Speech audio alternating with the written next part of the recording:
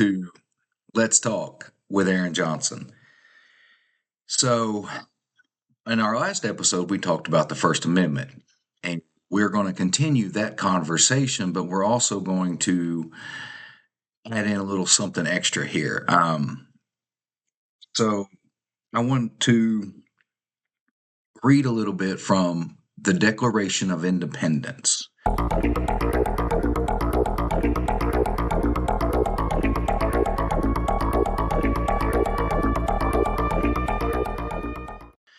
This was signed on July 4, 1776, the unanimous declaration of the 13 United States of America. We'll start with the first paragraph. When in the course of human events, it becomes necessary for one people to dissolve the political bands which have connected them with another, and to assume among the powers of the earth the separate and equal station to which the laws of nature and of nature's God entitle them, a decent respect to the opinions of mankind requires that they should declare the causes which impel them to the separation. Second paragraph. We hold these truths to be self-evident, that all men are created equal, that they are endowed by their Creator with certain unalienable rights, that among these are life, liberty, and the pursuit of happiness. And that's where I want to end with that part of the reading and discuss that for a second. We hold these truths to be self-evident, that all men are created equal, that they are endowed by their Creator with certain unalienable rights, that among these are life, liberty, and the pursuit of happiness. Now, I understand, being a person who has studied, read, and extensively on America's history, I understand there are going to be some who say, well, at the time this was written, that's not how they saw that. And again, you have to look at their time. Yes, there was slaves in the colonies. And yes, the settlers looked at those slaves as lesser beings, and looked at the people who actually currently had the United States, the Native Americans, also as lesser beings. But it doesn't forego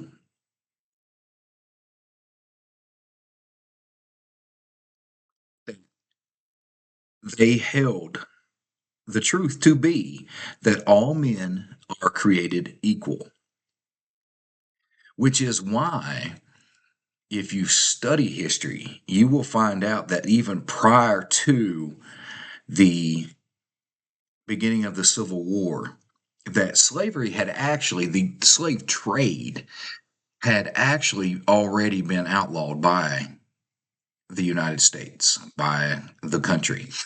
And therefore, to the point of the Civil War in the 1860s, slavery was a dying institution. We have to get that clear. Okay, so I don't want, I know that there will be people who will say, well, they wrote this and, yet they held slaves and, blah, blah, blah, blah, blah. I understand. I do. But you have to understand history. You have to understand the history of our country to understand exactly what was going on. Okay. Yes, they even had problems with Jews and Catholics and Irish and German and all this. There are so many instances where people have been considered a lesser being. And yet, this has been a founding document of our country and of our nation. So, just kind of a little background, and I want to go back to the First Amendment to the United States Constitution. These were ratified and became effective on December 15th of 1791. Okay? The First Amendment says in its entirety, Congress shall make no law respecting an establishment of religion, or prohibiting the free exercise thereof, or abridging the freedom of speech, or of the press, or the right of the people peaceably to assemble, and to petition the government for a redress of grievances. So, in this amendment, you have the right to say anything that you feel like you want to say. Nothing else needs to be said about it except that the First Amendment allows you to say what you want to say. Now, having said that, your morals have to kick in just a little bit. And that's where we, as a society and as people, are missing. Because my morals may not be your morals. I find to be abhorrent or disgusting, you may not. Okay. And it's my right to tell you that I personally think that that's ignorant. And as it is your right to tell me that, I should mind my own business. But at the same time, we have to come to a point where we understand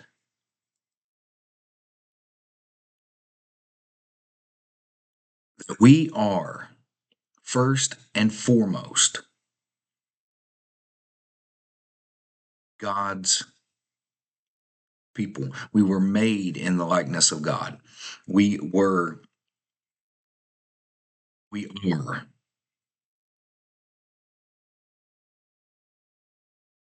people who, despite all of our failings and all of the issues that we have, everybody is a child of God. Now, whether they accept it or they don't, or you think they aren't, they think you aren't. If we don't remember this, then we are going to continue to go down further and further roads to where we're labeling somebody's permission to express their First Amendment right. We're going to start declaring that as hate speech. And we can't do that. That brings our country to a very dangerous brink. And we need to bring ourselves back from that. Let me try to explain a little further here, if I can. And I know that there are some things um,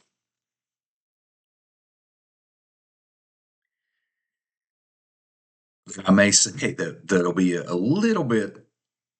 You may just think about what I have to say. Okay, in the entire Constitution, let's just go ahead and lay this down. The entire Constitution, if you read the first part of the Constitution, let me find that page.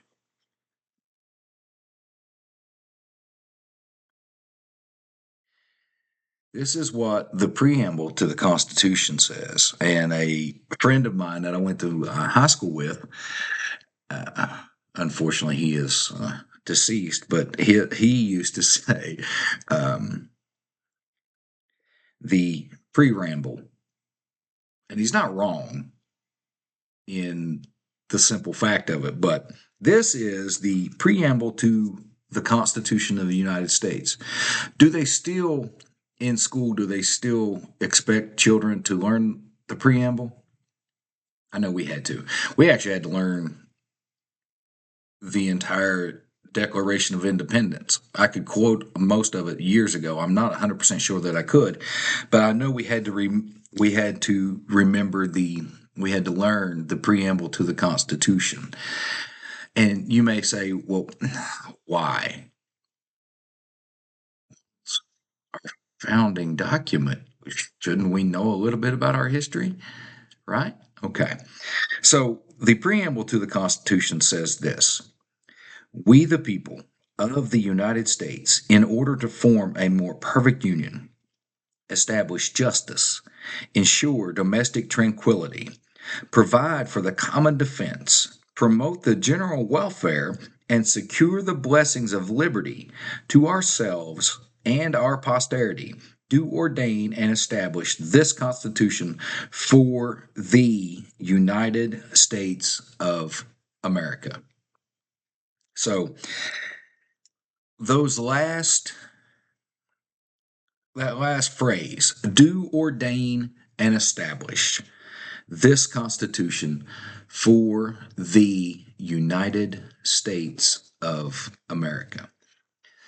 Now, you notice I didn't say for the United Israel, the United Soviet Union, the United Kingdom, for the United States of America. Didn't say for the United Mexico. Okay. So, and if you read, and I really hope people do, but if you read, there are throughout the Constitution, it talks about the citizens of the United States, natural or naturalized citizens. And it mentions citizens. So, what this tells us is that the Constitution is made to protect the citizens of the United States. If you are an immigrant to our country legally, you have signed all of the paperwork and you keep up with your documents and you get it renewed and all of this that you're supposed to do, that we have laws to cover, then the Constitution covers you. But if you enter this country by any other means than the proper way, then you have no protection under the Constitution. And I keep hearing people saying, well, they don't have the right of due process. They have no right of due process. They're not citizens of the United States. So they have no due process. If they're found, then they need to be returned to their country of origin. Plain and simple. It's that simple. It is seriously that simple. But we keep making a, a molehill, a mountain out of a molehill when it's that simple. If they are not citizens of the United States, they have no protection under the United States Constitution. And I will even go so far to say that if they enter our country illegally, they're automatically criminals. Automatically. Because they broke our laws by entering our country without doing it properly. We have thousands of immigrants in our country who have entered our country properly. They have all the paperwork filled out. They continue to renew their paperwork as needed. I don't know all of the specifics of all of that, of the naturalization laws and such. But we do have those people. And for them, this Constitution covers them because they're following our laws. But if you enter our country illegally, you have no right to due process. End of story. You can't change my mind. You can try if you feel like it. Let's talk about it. Let's talk about it. If you think that I am incorrect in that, then let's talk about it. Feel free to comment, post, and let's have a discussion. Seriously, let's talk about it. But throughout the Constitution, it says over and over and over the citizens of the United States when it talks about rights and it talks about freedoms. Citizens. So if you are a person who has entered our country illegally, you have no First Amendment right. You can't say anything, not legally, and we don't have to let you. But it still worries me. Moving on, it still worries me because we have people within the government who are working to have certain things declared hate speech.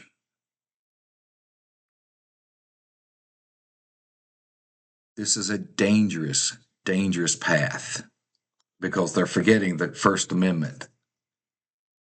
Okay. Now, by law, there are certain things that you're not allowed to say. You're not allowed to threaten the President of the United States.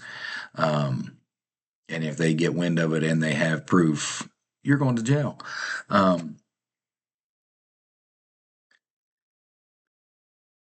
if you are a citizen of another country and you have invaded our country, and that's what it is, you have no First Amendment rights to express your viewpoint. Anyone who says that they do, you're wrong. It's that simple. It really is seriously that simple. But let's go on, going back to the hate speech comment I made earlier.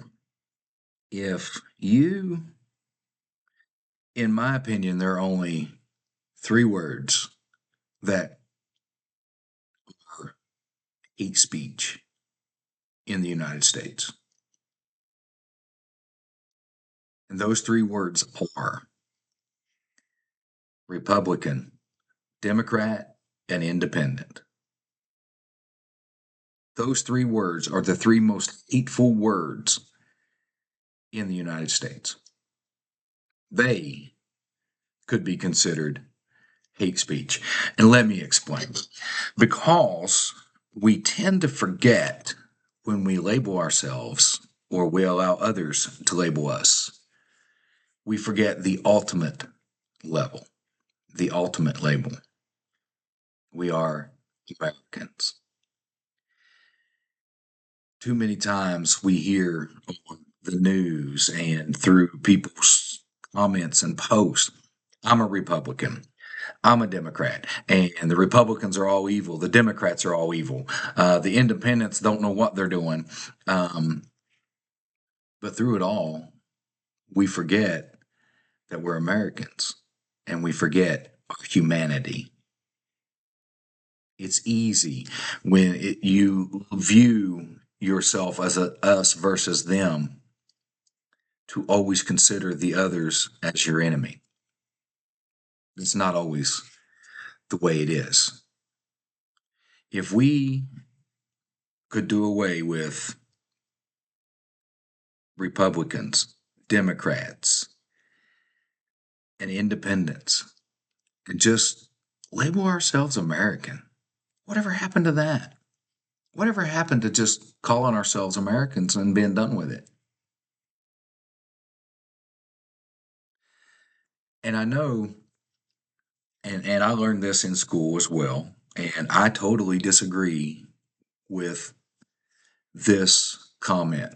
The comment that I've heard is that America is a melting pot. No, it is not. Because when you melt something, it's in a different form. It's in a different, it changes the base of it. Okay? I describe America as a salad. Let me go on with this, okay? Because this is a very interesting thought And be sure that to put your comments about whether or not you believe America is a melting pot or a salad. But let me explain why I say it's a salad. Okay, so you have, when you make a salad, you have the lettuce and tomato and onion and cheese and eggs and various different types of meat and bacon. Who could forget bacon? And then, of course, you have the salad dressing. And you mix all of this in a bowl. Okay.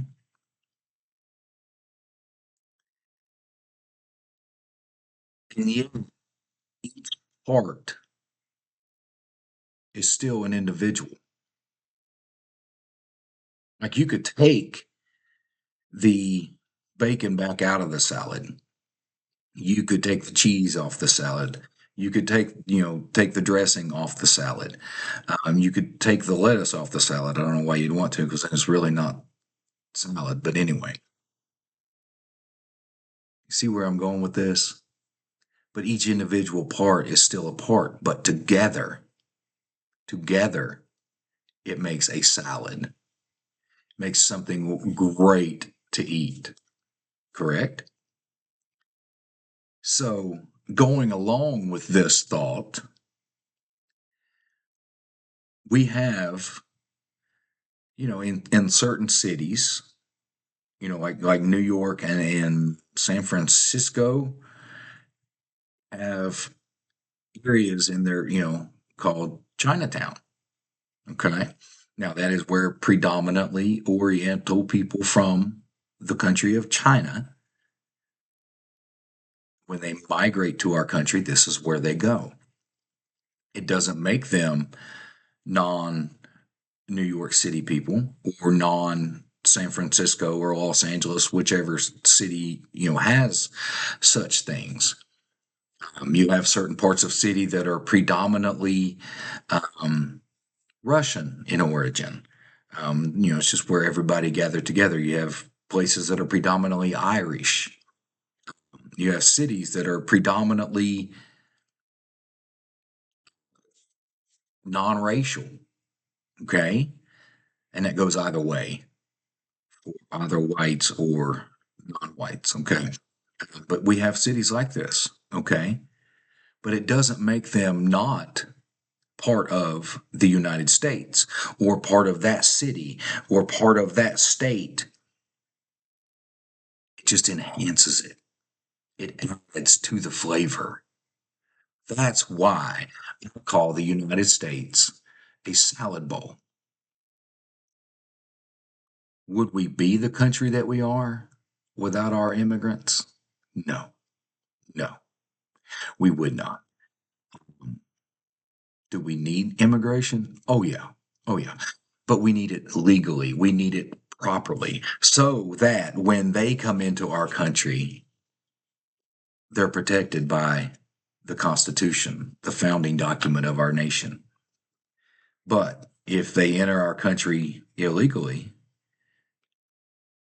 invaded our country is the proper term, then they have no protection under the Constitution. They have no First Amendment right to voice their concerns or to demand, as part of this says, or to petition the government for a redress of grievances. They can't hold legal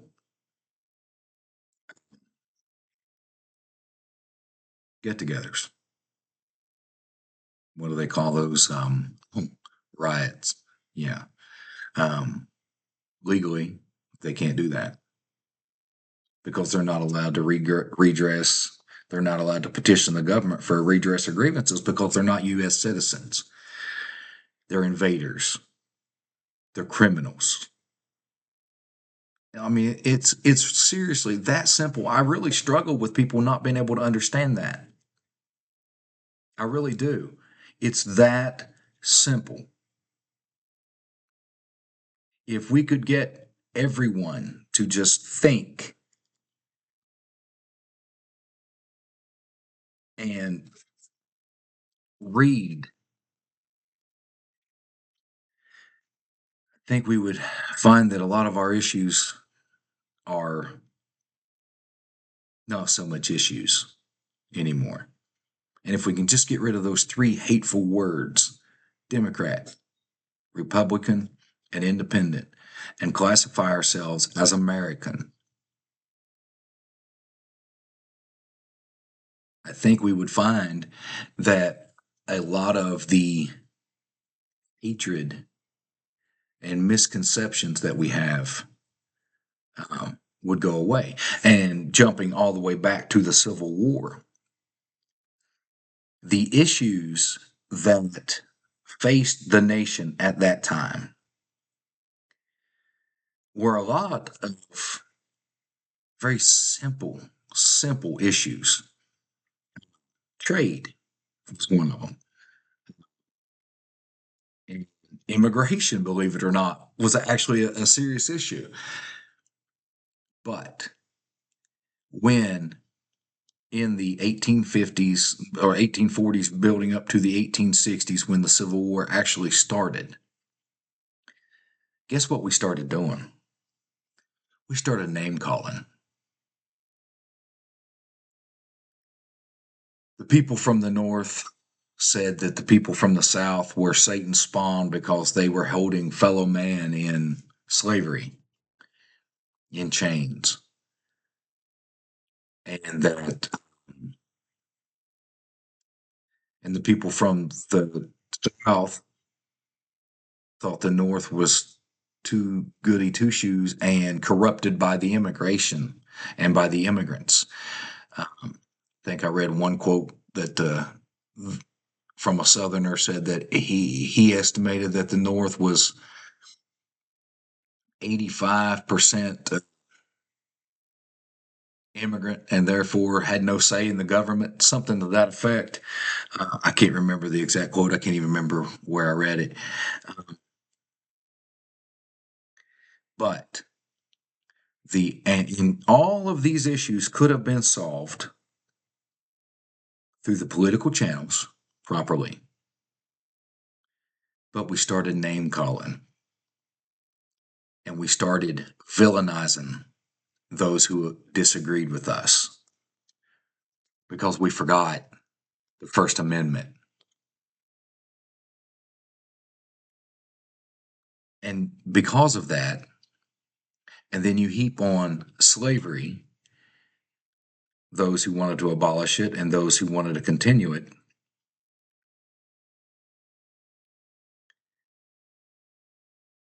which was, as I've already stated, a dying institution. It was already done. It had already been outlawed. You couldn't buy and sell slaves on an open market. Yes, they still did it the same way that, drugs are illegal, but people still get it today. And that during Prohibition, alcohol was illegal, but people still managed to get it. Why is that? Because people will get what they want despite the government from time to time.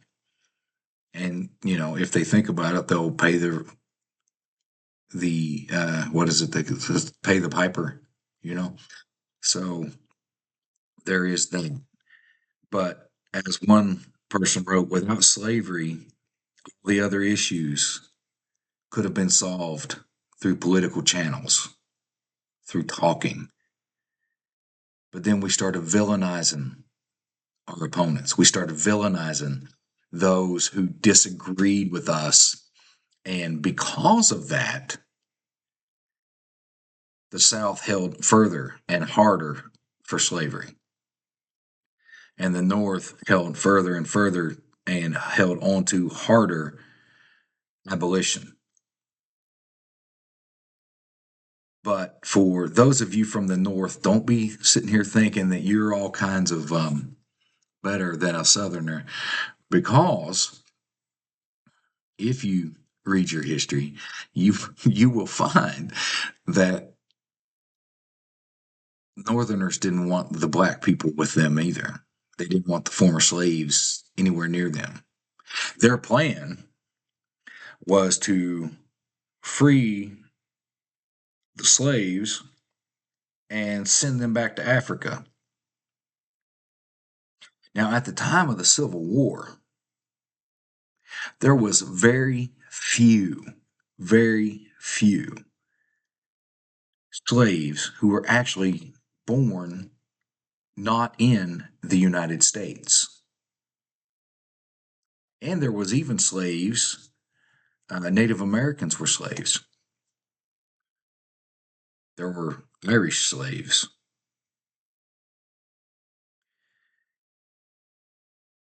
Catholic and Protestant slaves. So see, it wasn't one race dominating another during the slaves. But again, the whole thing that we need to learn is that because we forgot the First Amendment, that you can say what you want to say, I can say what I want to say, and it's protected under our government. It doesn't mean that you're evil. It doesn't mean that I'm evil. It just means I'm expressing my First Amendment right to say what I want to say. Now, sometimes we probably shouldn't because it tends to show our intelligence or lack thereof, depending on who you're talking to and who's doing the talking. So, this is the things that we need to think about. I've rambled on long enough on this, and I may come back to this and discuss this further. But feel free in the comments to let me know what you think about my description of the United States as a salad and not as a melting pot. And also, what do you think about the three hate speech words that I brought up? What's your thoughts on that? And let's talk. I mean, that is kind of the point of this, right? So let's talk. And this episode is let's talk Declaration of Independence and U.S. Constitution. Bye. Talk to you later.